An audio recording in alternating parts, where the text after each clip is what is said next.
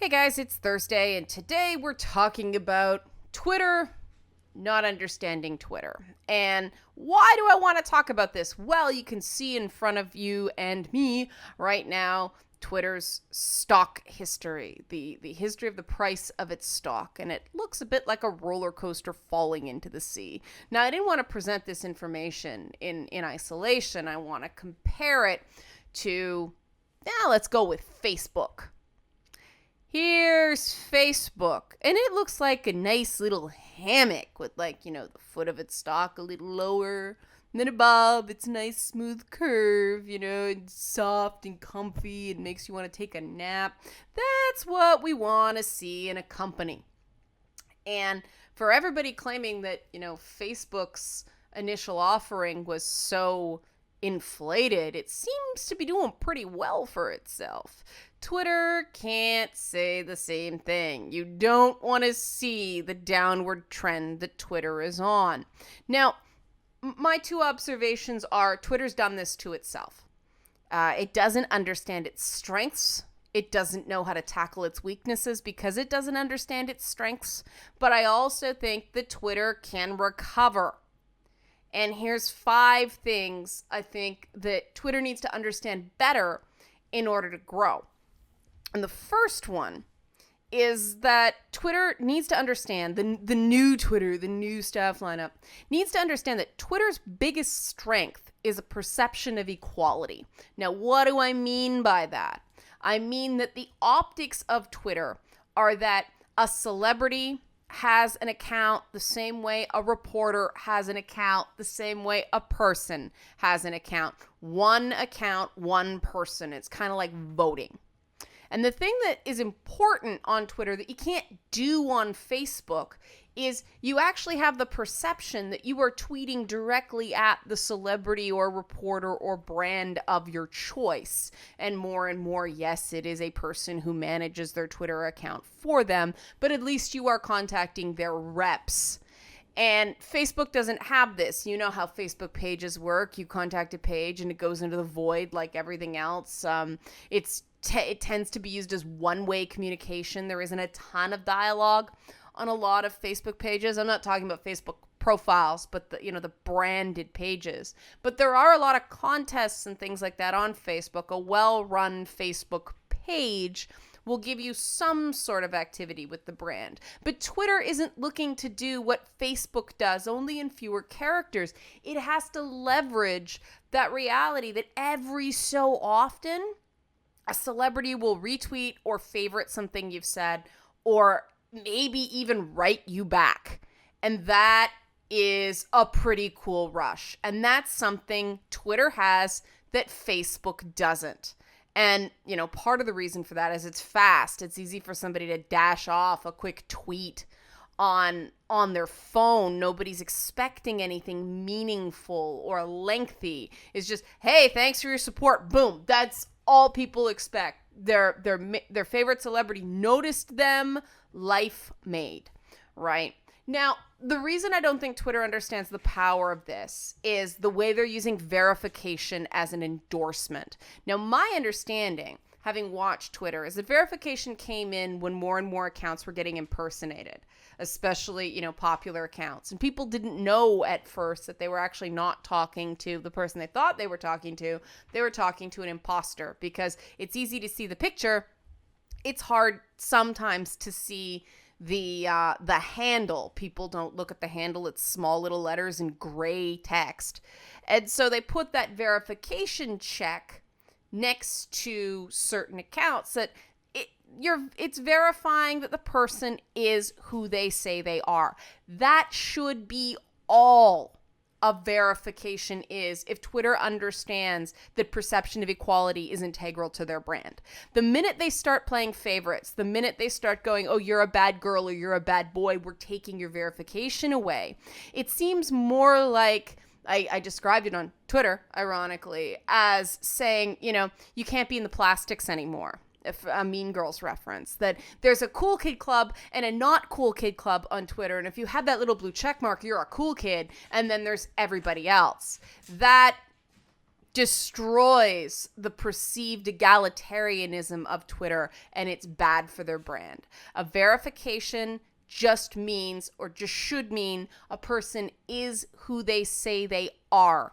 And if somebody violates the Twitter rules badly enough to warrant having their account being taken away, there shouldn't be a second strike for verified people. The rules should be the same for verified people as everybody else. It doesn't mean, oh, you get an extra strike, you get your check mark taken away, but next time, bad, we're going to suspend you, when everybody else just gets suspended. That's two different sets of rules for two different sets of people, and it's going to drive people away from the service because people don't like feeling that there's a cool kid club on the internet. That's precisely what people go to the internet to try to avoid, because we get that in everyday life. Now, on this avoiding everyday life topic, that's the next thing I have that Twitter has that Facebook doesn't, and it doesn't understand the power of this, and that is people can be anonymous on Twitter. What? Yes, I believe this is a strength. I believe that people being able to use personas, alter egos, or even just remain anonymous to, other people using the service is important. And I think it's important because people should be able to have separation between their personal and professional lives. When someone is off the clock, they are off the clock. And in this interconnected world where a lot of people prefer to communicate via social media than email, something that drives me crazy, but I've learned to live with, that means that people should be able to go about their private lives and have them still be private, not have their business be able to look in on them through their social networks. Now, being anonymous on Twitter does not necessarily mean being anonymous to Twitter.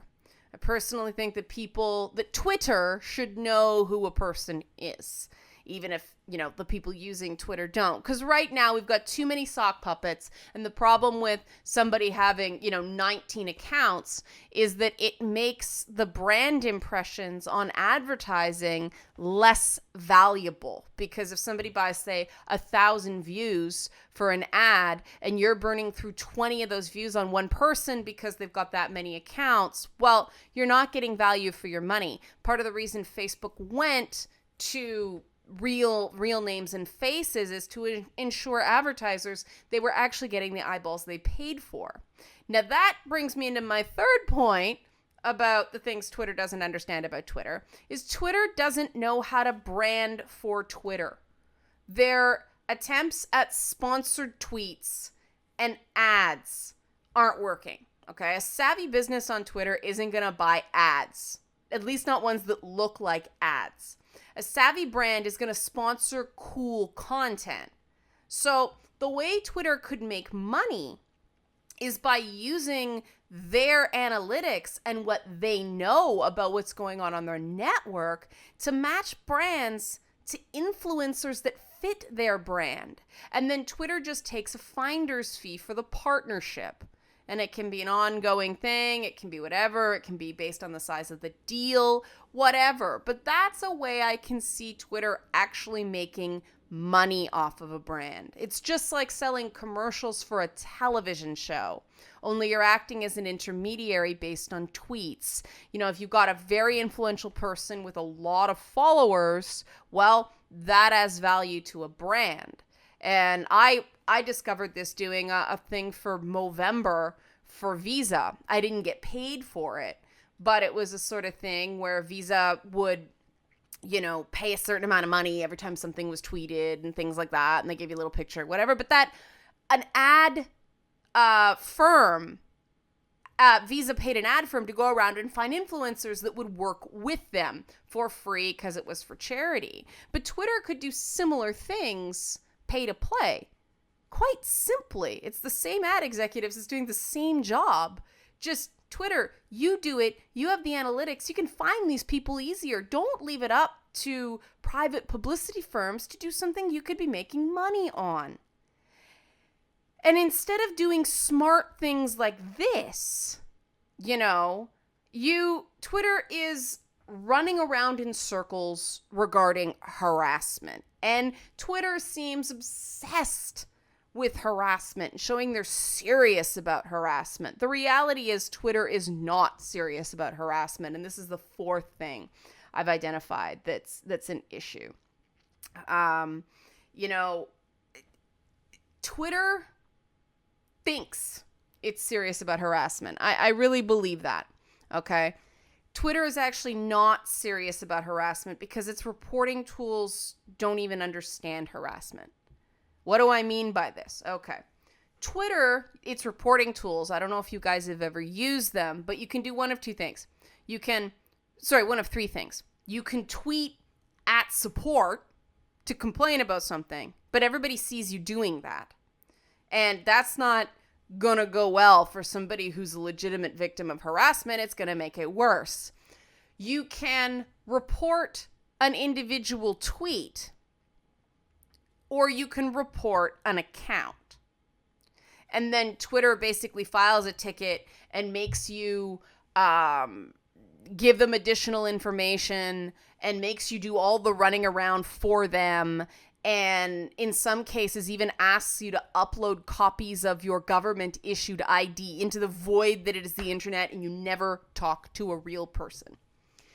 Why does this matter? Well, because what this is actually policing, what policing individual accounts or policing individual tweets, especially policing individual tweets, what it's actually policing is offensiveness, not harassment. And why do I say this? Well, harassment is a pattern of unwanted contact, directly or indirectly, after a person tells the other person to stop.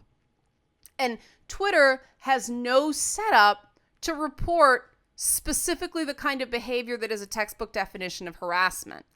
And I've been looking into Twitter reporting. I've been experimenting with it. I've been seeing what they shut down and what they don't shut down. And the thing they shut down most often is images. Again, offensiveness, not harassment. And what you can't do is report somebody and they're like, when did it start? When did it stop? You're freaking Twitter. Go through the history. Go through how many times this person contacted another person or talked about that person. For Twitter, that could be done in seconds. It can be done in a blink. It should be automatic. A robot can pull up that history. And I mean, there are bots that can determine positive, negative, and neutral comments on Twitter, and Twitter isn't using any of them. They're going on a case-by-case basis and saying, this tweet doesn't violate your terms of service, so we have found this tweet to be in controversy. And they don't even tell people why. When someone gets suspended, they don't even tell them why. You just broke the rules. And to an extent, I understand that because they're trying to protect the anonymity of the person who made the report. However, it goes too far in that attempt. A person who actually just got carried away and actually isn't harassing someone is gonna want to know what they did so they don't do it again. If they just got hot under the collar and misspoke and said something that seemed like a threat, they're gonna want to know so they don't do it again. Twitter doesn't give people who accidentally cross the line the power to learn. They don't say, this is what you did. You violated this part of, the Twitter rules. The Twitter rules are lengthy. I went through them in another video if you want to go back and have a look. So to know what part of the Twitter rules you broke, especially if you're, what's called a shit poster, it's difficult to tell a lot of the times. Was it obscene material? Was it going too far on a call out? What was it? Somebody who actually wants to stay, sort of just under the line while being, irreverent is going to want to know. So Twitter gives people no ability to learn from their mistakes, and it gives people no ability to report actual patterns of harassment without taking a lot of time to go back and find the stuff and log all the individual links to the individual tweets. It's a joke. Twitter can do that 1,000 times faster than the person reporting the harassment is. And so for someone to have to do that for Twitter. It's lazy on the part of Twitter. It makes Twitter seem like they're not serious. And it actually, in cases of serious harassment, can even re-victimize someone who has to go back and collect a record of all the horrible things that someone said about them. And I know what this does because I went through it with the police with more than one person. And so somebody's getting paid at Twitter support to go through this stuff. And like I said, they can go through it in a blink. And they're not doing it. Don't tell me they're serious. So, and that comes to the final thing I'm saying. And I get that Twitter's house is on fire right now and they're running around and screaming. But Twitter keeps making cosmetic changes instead of structural ones. And that shows they really don't have a vision. They really don't have a direction. They don't know what works on their service. They don't know why people like it. And I'm sure they've done focus groups. And I'm sure they've done this. And I'm sure they've done that. And I'm sure they've paid a lot of money to have other people tell them what their service is. But true, management through visionary leadership, true great consulting gives you the perspective of somebody who uses the service instinctually, somebody who understands what's going on, who uses it enough to be able to go, well, this is what Twitter's good for and this is what Twitter's not good for. And as a heavy Twitter user, I don't care if the like button is a heart or a star. I don't care if it's a favorite or a like. I don't care what happened while I was away. I hate those features. I hate the push notifications. I don't care. I do want to be able to quickly and easily mute hashtags that are cluttering up my timeline with crap without having to mute or unfollow a person who's engaging in that hashtag because I may be interested in other things they're talking about, just not that topic. I want to be able to mute topics, not people, without having to go into Chrome settings or program something in my third-party client. I want to be able to do it right on Twitter. Because the minute somebody goes off of Twitter and uses another service, you're driving advertising and eyeballs to those third-party services Twitter. You're not keeping people native to your apps. I do also want my data to be my data and not have it disappear when someone blocks me. And this is a major problem going back to Twitter harassment, is somebody can say something vile or horrid, someone can subtweet you, subtweeting doesn't matter because they're really not mentioning you. And I think the emphasis on subtweeting is dumb and kind of high school. If somebody's not mentioning you, then they're not mentioning you. Go about your day. Who cares? If someone is taking your tweet, captioning it and framing it to make it look more incriminating than it actually was, you need to have a record of the complete conversation to show, look, this was the actual thing I said. This is the whole thing. You can't do that if it's a direct message and somebody blocks you. The whole thing goes, whoop, gone. That's just a structural thing that Twitter can clean up in a heartbeat. Somebody else shouldn't be able to take away your conversation to cover their tracks. And finally, I do want the ability to make a block mean a block. People shouldn't be able to loop in your handle when you've blocked them. They shouldn't be able to talk about you publicly if you've made it clear you don't want them talking to you. Go ahead and use your name. Go ahead and use, identifiers, nicknames, whatever, but don't make it so that somebody talks trash about you that you've blocked, and then anybody who responds to them, you see it. That's not a block, that's bleh. And that is so simple for Twitter's code to go, okay, that user's blocked by that user. Well, guess what? They can just take off the and, so it doesn't automatically loop you in. Or somebody replying to both of you, you don't see it. A block's a block. Something to make it so when you want no contact with that person, that means no contact. It doesn't mean they can get at you through an echo or a reflection. That's a really huge flaw in Twitter's privacy tools. And again, we're talking about privacy here. We're talking about peace and quiet and people's right to be left alone. Actual harassment, people are going to get around whatever system Twitter sets up. It's these silly high school things that people do because of Twitter's, massive flaws in tools and these huge blind spots. That's the stuff we can clear up. If somebody's intent on harassing someone, they're going to do it through, people did it through the phone and email and in real life before Twitter existed. Harassment's a sickness. There's something wrong with people who cannot let things go. And those people are serious threats, and they should be found out, but Twitter's not really addressing those people. They're addressing people who, let's face it, had a bad day, got mad, and said something stupid, and we've all done it. And I think Twitter could be a much more profitable, vibrant, and useful service, and certainly more attractive to advertisers if it played to that equality and authenticity core that made a lot of us adopt Twitter in the first place. And brevity. This 10,000 word tweet thing, yikes. I don't see the purpose of Twitter if it's 10,000 words. I'll go back to Facebook where it's quieter. But that's my take on Twitter not understanding Twitter. To be helpful, to be clear, I'm not just doing it to dump on Twitter. I think that Twitter does have good points, as I've identified. I think it does have a distinct personality to Facebook. It's one I personally prefer. I've found Twitter more useful from a business and networking perspective. I've met a lot more interesting people and high-profile people through Twitter.